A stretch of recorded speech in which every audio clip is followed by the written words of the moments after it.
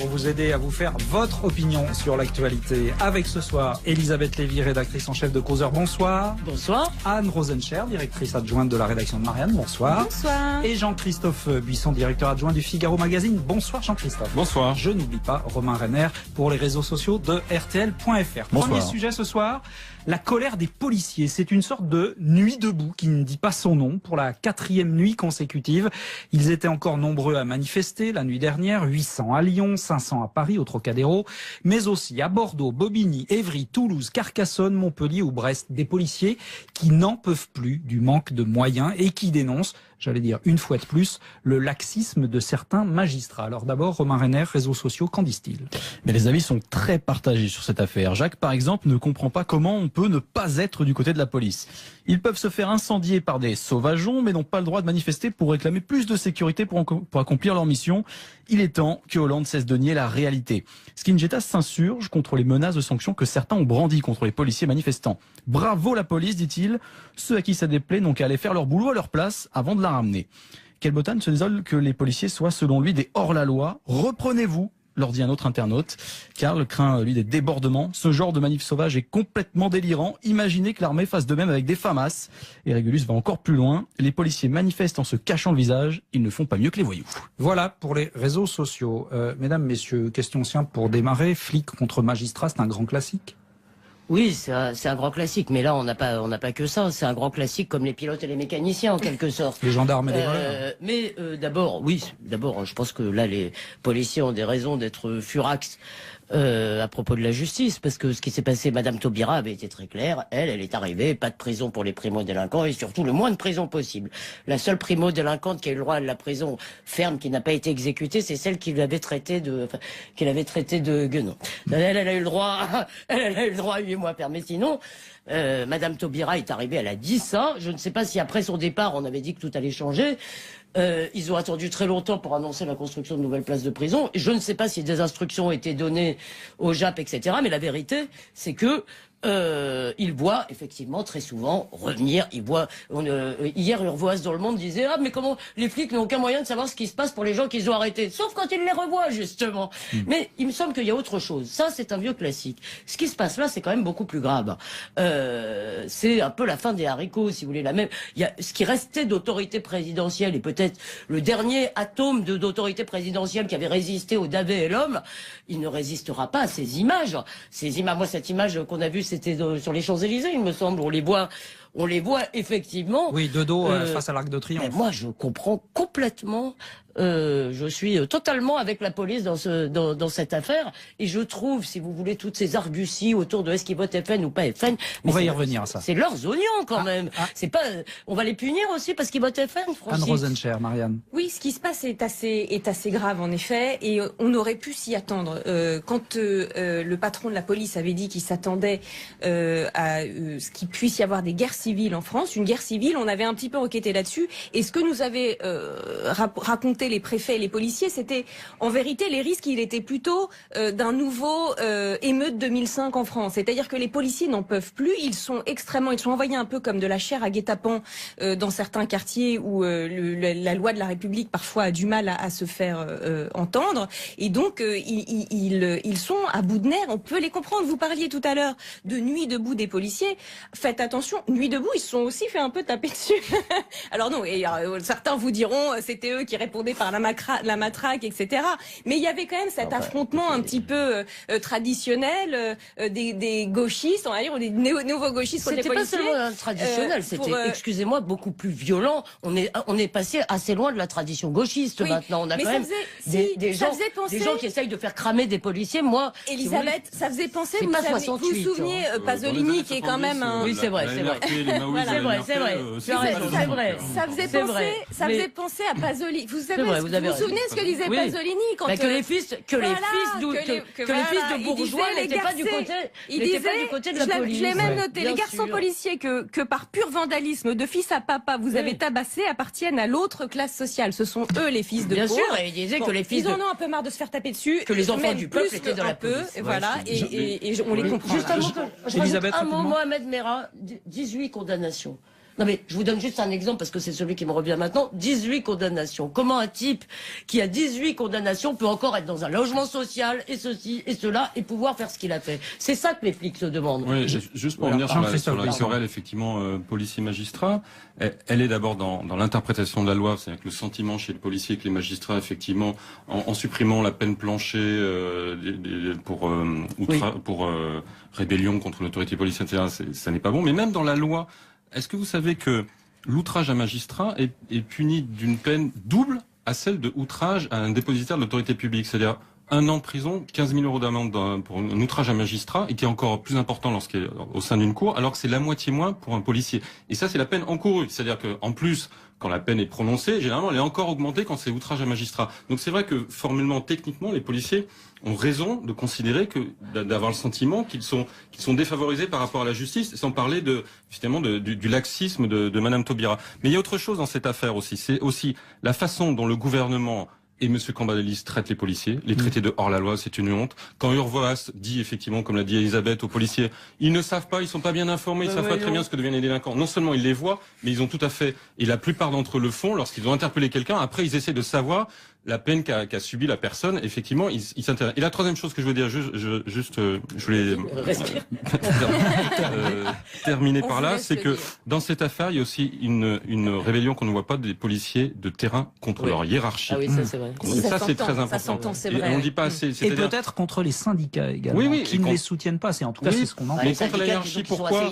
Parce que souvent, les policiers, leur hiérarchie, quand les policiers reviennent en disant, ça y est, il y a eu insubordination, etc., leur cadre leur dit, mais attendez, ça fait 4 fois que vous dites qu'il y a une insubordination. C'est pas vous qui provoquez les délinquants par hasard, parce que c'était toujours vous qui vous plaignez. Et ça, ils ne le supportent pas. Ils ont bien raison, parce qu'effectivement, il faut voir ce qu'ils subissent au quotidien. Pas seulement des violences comme les cocktails Molotov, mais aussi des petits harcèlements, et ils ne peuvent rien contre cela. Donc, ils demandent des moyens techniques pour pouvoir répondre à ces agressions. Pour qu'il n'y ait pas une unanimité comme ça anti-magistrat, il y a quand même des magistrats qui font leur boulot. La magistrature est-ce qu'ils sont déconnectés de la réalité, puisque c'est aussi quelque chose qu'on entend souvent. Mais pas tous, je dirais. Si vous suivez des magistrats. Ah, vous dites comme Hollande alors? C'est exactement comme Hollande. Prudente, je dis pas trouillarde. Je dirais que c'est une corporation qui a tendance à aller dans le sens du vent. Donc ils ne se rebellent pas effectivement contre les instructions qu'on leur donne. Quand on leur dit, si vous voulez par exemple, un des scandales de la magistrature, c'est les juges d'application des peines. C'est probablement qu'ils n'ont pas de moyens. Ils voient arriver des dossiers. Ils savent pas du tout, ils connaissent pas le pédigré du type. Eux, on leur dit de faire du chiffre, qu'il faut libérer des places en prison. Un peu comme à l'hôpital maintenant. Il y a une surpopulation en prison quand même. Donc, mais enfin, la solution n'est pas le problème en fait, c'est que depuis très longtemps, on a renoncé souvent à faire exécuter les petites peines. Or, c'est bien ceux qui sont condamnés à des petites peines, c'est souvent ceux qui pourrissent quand même beaucoup. C'est pas les gros trafiquants qui vont enquiquiner les flics ou qui vont les harceler, faire ce dont Jean-Christophe parlait. C'est tout un tas de petits délinquants. Boer dit souvent il répète souvent un chiffre qui moi me frappe à chaque fois, ça me rend dingue. C'est que 50% des crimes et délits sont commis par 5% des délinquants. Ça veut dire que vous allez dans une cité, dans n'importe quoi, dans un endroit un peu sensible, vous chopez, je veux dire, les 10, les 20, les 30, les 200, d'accord, mais si vous les faites ressortir le lendemain, pardon. Répondez-moi juste à une question rapide, parce qu'on arrive malheureusement à la première pause. Est-ce que c'est un bon symbole, quand on parle du retour de l'autorité, que deux entités comme la police et les justices, face à tous ces jeunes, se tapent dessus? On a besoin de répondre à cette question. Il me semble que la réponse est dans la question. Bon, non, c'est sûr que ce qu'on vit aujourd'hui, c'est que l'autorité et la République tremblent un peu sur ses piliers. C'est vrai que il faut pas mélanger tous les débats. Bien sûr qu'il peut y avoir des débats. Je les ai vus ressurgir sur le contrôle aux faciès, etc. Mais les policiers sont quand même ceux qui garantissent la sécurité et leur public. Et il faut pas l'oublier. Ça n'est pas la rigolade. Moi, pour la première fois, je pense que c'est vraiment grave et que s'il se passe un truc.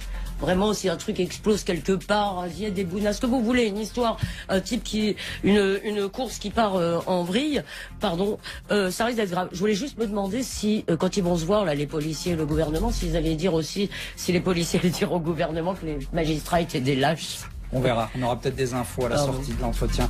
Il est 19h30 sur RTL, petite pause dans un instant confirmé depuis 18h. C'est bien lundi matin que va débuter à Calais l'évacuation de la jungle, cet espace qu'on qualifie souvent de plus grand bidonville de France, 6 à 8 000 personnes en situation régulière ou irrégulière qui attendent de passer en Angleterre. Cette évacuation va-t-elle se passer dans le calme? On verra bien.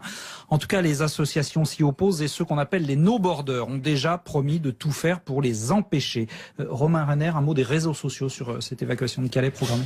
Eh bien, les mots des internautes sont très durs concernant la situation actuelle à Calais, mais plus que la jungle elle-même, c'est la gestion par le gouvernement de cette affaire qui pose problème.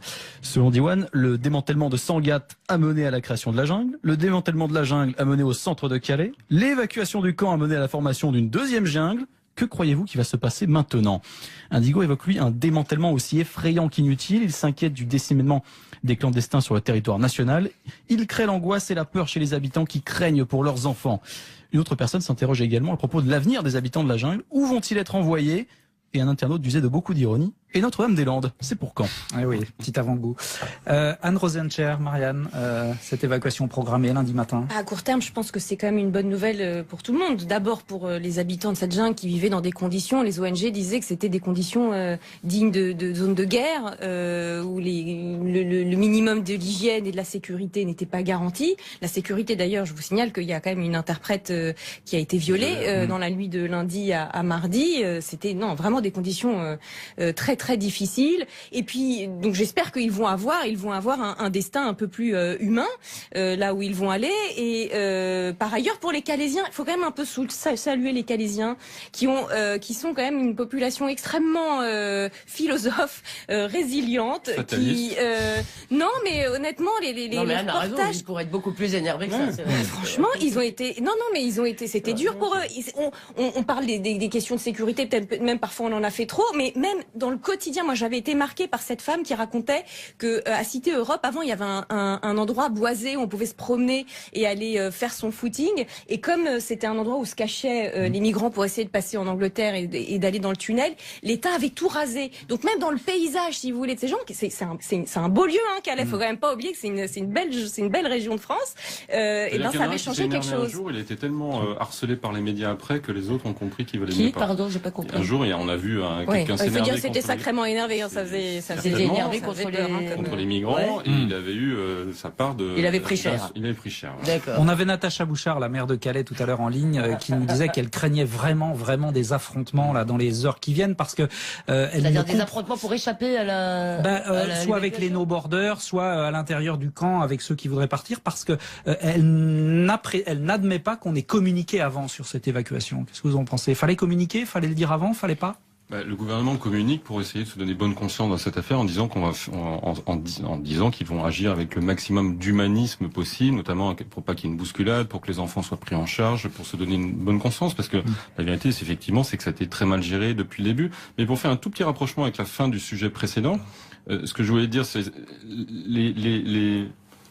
les conditions qui aujourd'hui en France ont tellement changé pour la police, c'est-à-dire que les agressions sont 10 fois plus violentes qu'autrefois, c'est ça qui a changé et la loi devrait suivre ça. C'est pour ça le débat sur la légitime défense est tout à fait opportun, parce que la violence des délinquants est beaucoup plus supérieure. Et là, c'est la même chose. Sangatte, dans les années 2000, c'était gérable ce qui se passait notamment à Sangatte dans la région. C'est-à-dire que il y avait quelques centaines de migrants qui rêvaient d'aller en Angleterre. Il y avait une ou deux compagnies de policiers de CRS qui allaient là-bas. C'était gérable. Ce qui n'était plus gérable, c'est à partir de 2014, à partir de 2012, des révolutions arabes et du grand flux migratoire qui est arrivé, où là, ça s'est compté par milliers de personnes. Et là, le gouvernement n'a pas pris des décisions qui allaient avec cette explosion démographique locale de migrants qui arrivaient de tout pays. Et comme avant, on n'a pas fait le tri, on n'a pas fait le choix, on n'a pas agi lorsqu'il y avait des mandats d'expulsion sur cette nouvelle raison, on les a pas expulsés.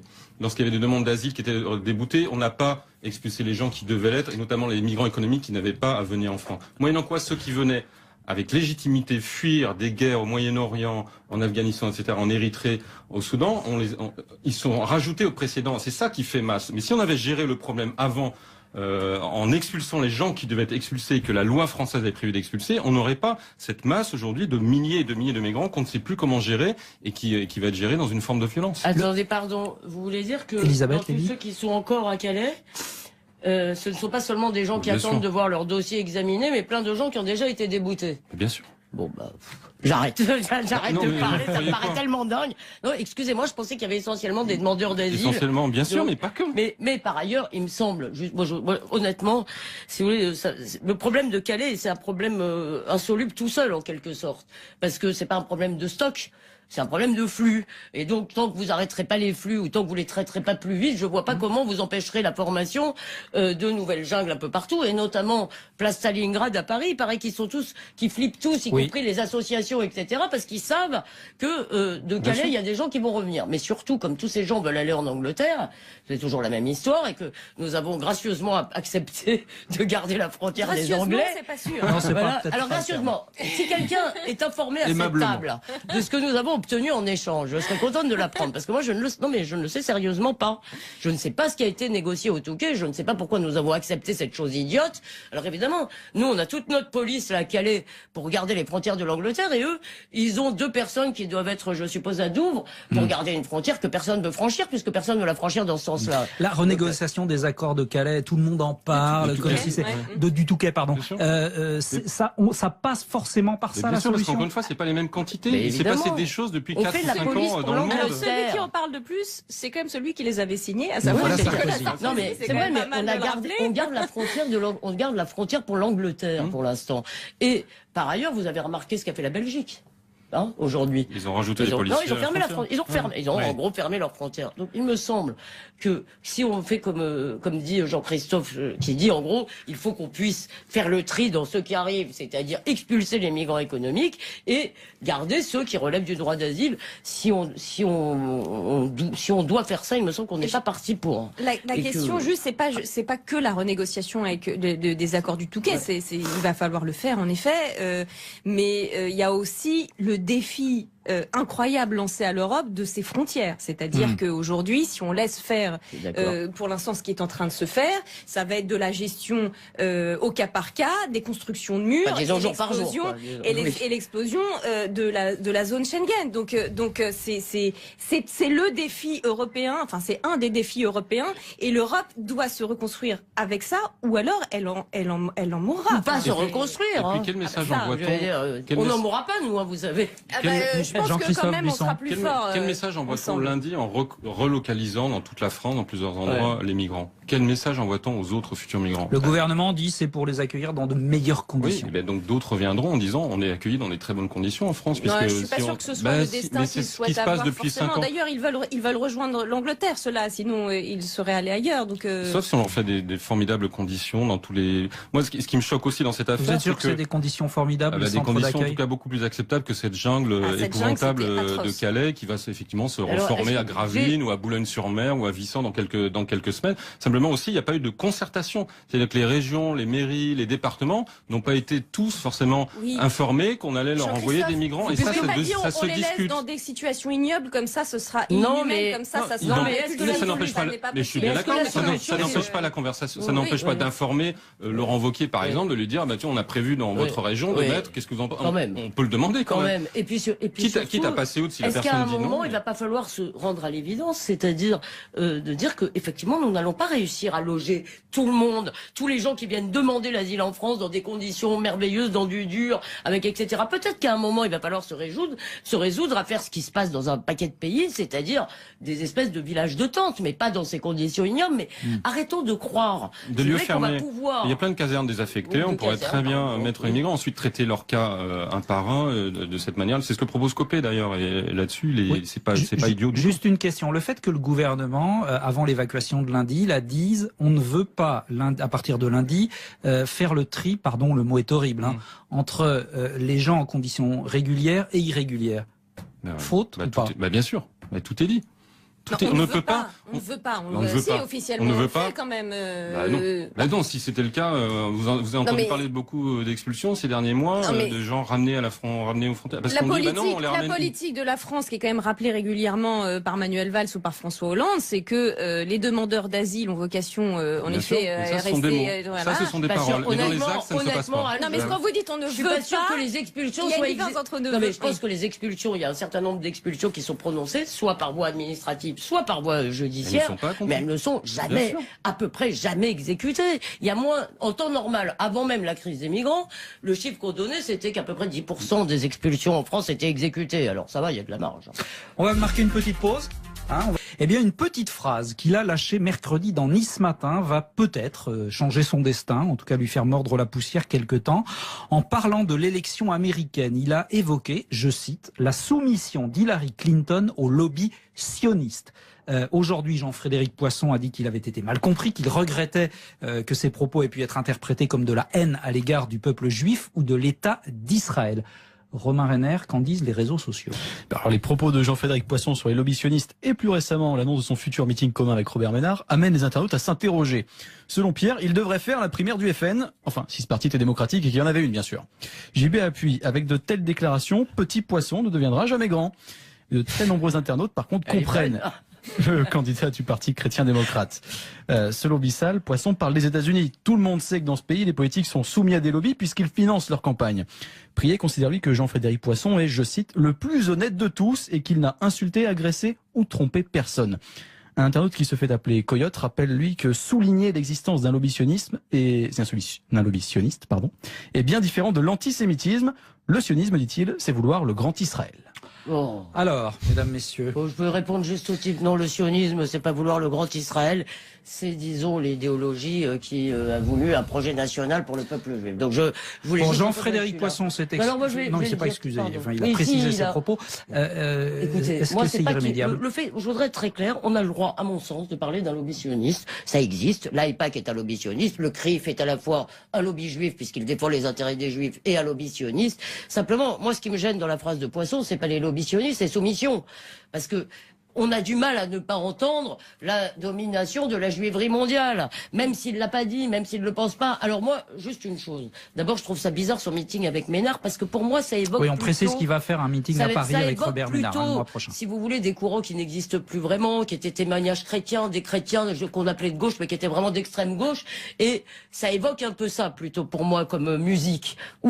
Mais entre nous, ce que je pense surtout, le type s'est excusé. C'est bon, on va pas aller lyncher un type qui a fait une carrière politique de 3 jours et demi. On l'a connu.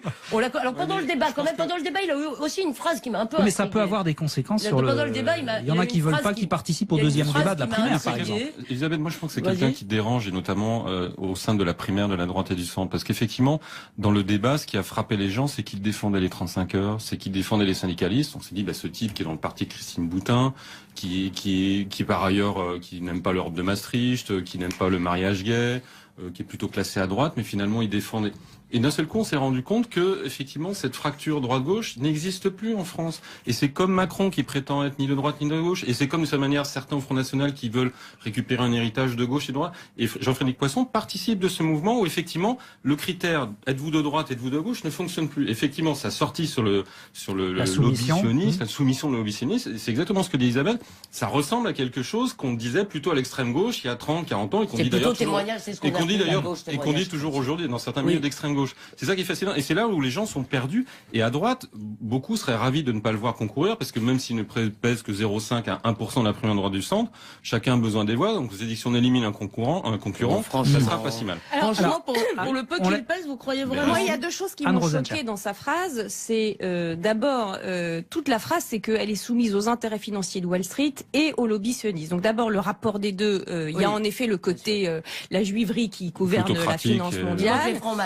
Voilà. Et puis le lobby sioniste, moi je suis pas tout à fait d'accord avec Elisabeth dans le sens où sioniste, ça veut dire être pour l'État d'Israël, l'existence d'un État d'Israël. S'il veut dire qu'elle aurait des faveurs pour la politique de l'État d'Israël aujourd'hui, qui est une politique plutôt belliqueuse, c'est autre chose qu'il faut dire. Ça n'est pas ce qu'il dit. On va pas faire une interprétation salafiste de ses propos quand même. Non, mais pas salafiste. Non, mais ce que je veux dire par là, c'est que quand même, quand on est un homme politique, ça compte. Et je dirais même... Mais l'AIPAC est un lobby sioniste, franchement. Je sais pas, je veux pas faire la clustre, mais je crois que c'est Proust qui avait dit que la communauté d'opinion importe moins que la consanguinité des esprits. Moi, je trouve que dans sa rhétorique, il y a quelque chose qui me glace. Je ne suis pas du tout dans la consanguinité des esprits avec ce monsieur. Sur les opinions, après, je pense que, en revanche, ne lui faisons pas ce cadeau de l'empêcher de débattre du fond. Parce qu'aujourd'hui, faire ce cadeau-là, c'est toujours donner une popularité, un surplus de popularité aux gens, parce qu'on a toujours l'impression que les médias censurent, que les médias, justement, sont à la solde, ne veulent pas débattre, que les hommes politiques jettent des anathèmes. Donc je dis à Monsieur Poisson qu'il y a des arguments à lui opposer, et allons sur le terrain des arguments à lui opposer. Vous savez quoi, on va marquer une toute petite pause parce qu'on a pris du retard et on continue cette discussion dans un instant. Avec Elisabeth Lévy, Anne Rosencher et Jean-Christophe Buisson. Et un dernier sujet qui vous tient beaucoup à cœur, c'est les crèches. On va en parler dans un instant. Je voudrais juste qu'on conclue sur Jean-Frédéric Poisson. Est-ce que vous pensez sérieusement que sa petite phrase va avoir des conséquences sur la primaire à droite? Il reste 2 débats, je le rappelle. Oui, Jean-Christophe Buisson. Encore une fois, il ne va pas échapper que ce sont des Nathalie Kosciusko-Morizet, Christian Estrosi, des gens plutôt qui participent à la primaire de droite de près ou de loin, qui ont dénoncé Jean-Frédéric Poisson. On a plus entendu des dénonciations dans ce parti-là de la classe politique qu'à gauche, donc on sent bien qu'il y a un petit espoir qu'on élimine un concurrent, même encore une fois s'il pèse peu, mais moi je pense que ça peut avoir un impact effectivement sur le débat. On en arrive aux crèches, puisqu'apparemment vous vouliez parler de ça ce soir, c'est un des sujets du jour. Le rapporteur public... Des crèches de Noël. Des crèches de Noël, bien sûr. Pas des crèches non, pas celle-là. Le rapporteur public du Conseil d'État a préconisé aujourd'hui l'apaisement dans l'histoire des crèches dans les mairies. Elle a estimé que les crèches pouvaient être installées dans ces bâtiments publics, mais sous certaines conditions. En général, il faut dire que le Conseil d'État suit l'avis des rapporteurs. Les réseaux sociaux, Romain Romener, sur cette question. Eh bien, ce débat autour des crèches de Noël a le don d'énerver une bonne partie des internautes. Ça tourne au cauchemar, dit Fred. La France est encore chez elle. Elle a des coutumes et entend les respecter. Si tu vas à Rome, conduis-toi comme les Romains ou reste chez toi.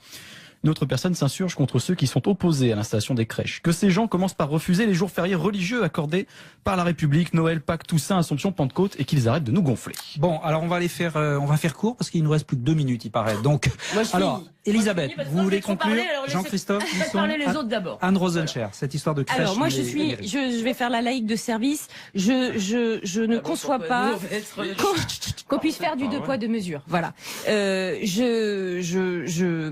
Pour moi, le fait que la France ait des racines chrétiennes, ça se discute pas, c'est une lapalissade. Mais simplement, c'est un héritage commun, ça nous matine de plein de choses, des jours fériés, tout ce qu'on veut. Mais ça n'empêche qu'on a voté une loi qui s'appelle la loi de 1905, dans laquelle il est écrit et stipulé que, à l'avenir, il ne faut imposer aucun signe ou emblème religieux dans les emplacements publics, quel que ce soit. Mais c'est cultuel une crèche ou c'est culturel? Mais c'est cultuel, bien sûr, c'est le petit Jésus dans sa crèche.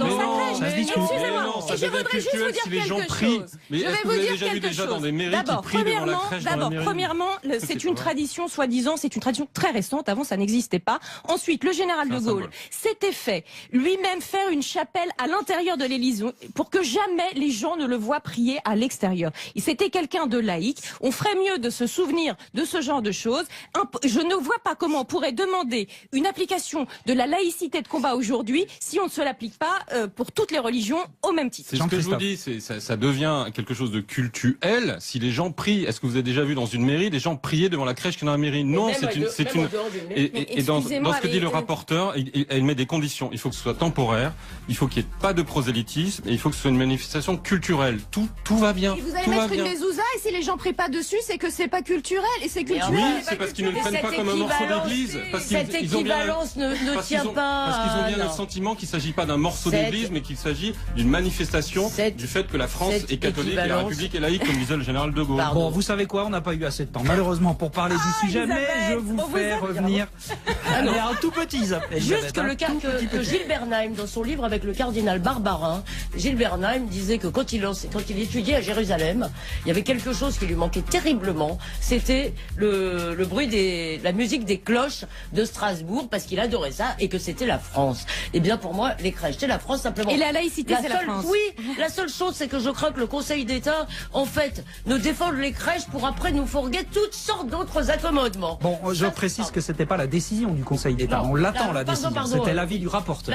Eh ben, je vous réinviterai parce que vous avez encore beaucoup de choses à dire quand on aura l'avis du Conseil d'État. 19h58 sur RTL. Pour vous aider à vous faire votre opinion sur l'actualité, avec ce soir Elisabeth Lévy, rédactrice en chef de Causeur, bonsoir. Bonsoir. Anne Rosencher, directrice adjointe de la rédaction de Marianne, bonsoir. Bonsoir. Et Jean-Christophe Buisson, directeur adjoint du Figaro Magazine, bonsoir Jean-Christophe. Bonsoir. Je n'oublie pas Romain Renner pour les réseaux sociaux de RTL.fr. Premier sujet ce soir, la colère des policiers. C'est une sorte de nuit debout qui ne dit pas son nom pour la 4e nuit consécutive.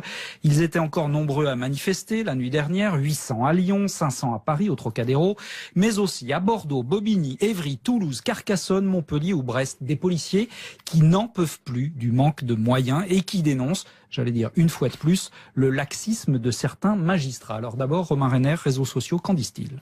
Mais les avis sont très partagés sur cette affaire. Jacques, par exemple, ne comprend pas comment on peut ne pas être du côté de la police. Ils peuvent se faire incendier par des sauvageons, mais n'ont pas le droit de manifester pour réclamer plus de sécurité pour accomplir leur mission. Il est temps que Hollande cesse de nier la réalité.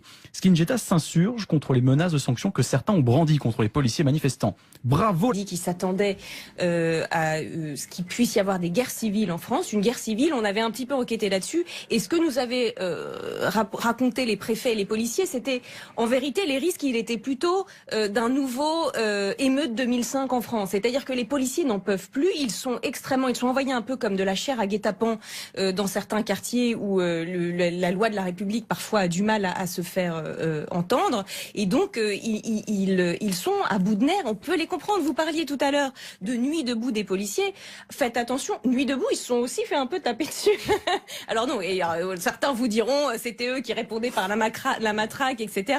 Mais il y avait quand même cet affrontement un petit peu traditionnel des gauchistes, on va dire, ou des nouveaux gauchistes contre les policiers. C'était pas seulement traditionnel, c'était, excusez-moi, beaucoup plus violent. On est passé assez loin de la tradition gauchiste maintenant. On a quand même des gens qui essayent de faire cramer des policiers. Moi, Elisabeth, ça faisait penser, vous vous souvenez, Pasolini qui est quand même un... Oui, c'est vrai, c'est vrai. Pourtant, pour annoncer la construction de nouvelles places de prison, je ne sais pas si des instructions ont été données au JAP, etc. Mais la vérité, c'est que il voit effectivement très souvent revenir. Hier, Urvoas dans Le Monde disait « Ah, mais comment les flics n'ont aucun moyen de savoir ce qui se passe pour les gens qu'ils ont arrêtés ?» Sauf quand ils les revoient, justement. Mais il me semble qu'il y a autre chose. Ça, c'est un vieux classique. Ce qui se passe là, c'est quand même beaucoup plus grave. C'est un peu la fin des haricots, si vous voulez. Il y a ce qui restait d'autorité présidentielle et peut-être le dernier atome d'autorité présidentielle qui avait résisté au Davé et l'homme, il ne résistera pas à ces images. Moi, cette image qu'on a vue, c'était sur les Champs-Élysées, il me semble. On les voit effectivement. Oui, de dos face à l'Arc de Triomphe. Moi, je comprends complètement. Je suis totalement avec la police dans cette affaire, et je trouve, si vous voulez, toutes ces arguties autour de est-ce qu'ils votent FN ou pas FN. On va y revenir à ça. C'est leurs oignons quand même. C'est pas. On va les punir aussi parce qu'ils votent FN. Francis. Anne Rosencher, Marianne. Oui, ce qui se passe est assez grave en effet, et on aurait pu s'y attendre. Quand le patron de la police avait dit, ça faisait penser à Pasolini. Vous vous souvenez ce que disait Pasolini quand que les fils de bourgeois n'étaient pas du côté. Il disait, du côté de la police. Je l'ai même noté. Les garçons policiers que par pur vandalisme de fils à papa vous avez tabassé appartiennent à l'autre classe sociale. Ce sont eux les fils de pauvres. Bien sûr, et il disait que les fils ils en ont un peu marre de se faire taper dessus. Que les enfants du peuple étaient dans la police. Voilà, et on les comprend. Juste un mot, Mohamed Merah, 18 condamnations. Non mais je vous donne juste un exemple parce que c'est celui qui me revient maintenant. 18 condamnations. Comment un type qui a 18 condamnations peut encore être dans un logement social et ceci et cela et pouvoir faire ce qu'il a fait? C'est ça que les flics se demandent. Oui, juste pour revenir sur la querelle effectivement policier-magistrat, elle est d'abord dans l'interprétation de la loi, c'est-à-dire que le sentiment chez le policier et que les magistrats effectivement en supprimant la peine planchée pour rébellion contre l'autorité policière, etc., ça n'est pas bon. Mais même dans la loi, est-ce que vous savez que l'outrage à magistrat est puni d'une peine double à celle de outrage à un dépositaire? La police, dit-il, ceux à qui ça déplaît n'ont qu'à aller faire leur boulot à leur place avant de la ramener. Kelbotan se désole que les policiers soient, selon lui, des hors-la-loi. Reprenez-vous, leur dit un autre internaute. Karl craint, lui, des débordements. Ce genre de manif sauvage est complètement délirant. Imaginez que l'armée fasse de même avec des FAMAS. Et Régulus va encore plus loin. Les policiers manifestent en se cachant le visage. Ils ne font pas mieux que les voyous. Voilà pour les réseaux sociaux. Mesdames, messieurs, question simple pour démarrer. Flic contre magistrat, c'est un grand classique? Oui, c'est un grand classique, mais là on n'a pas que ça. C'est un grand classique comme les pilotes et les mécaniciens en quelque sorte. Les gendarmes et les voleurs. Mais d'abord, je pense que là les policiers ont des raisons d'être furax. À propos de la justice, parce que ce qui s'est passé, Madame Taubira avait été très claire. Elle est arrivée, pas de prison pour les primo-délinquants et surtout le moins de prison possible. La seule primo-délinquante qui a eu le droit à la prison ferme, qui n'a pas été exécutée, c'est celle qui l'avait traité de guenon. Elle a eu le droit à 8 mois fermés. Sinon, Madame Taubira est arrivée, elle a dit ça. Je ne sais pas si après son départ, on avait dit que tout allait changer. Ils ont attendu très longtemps.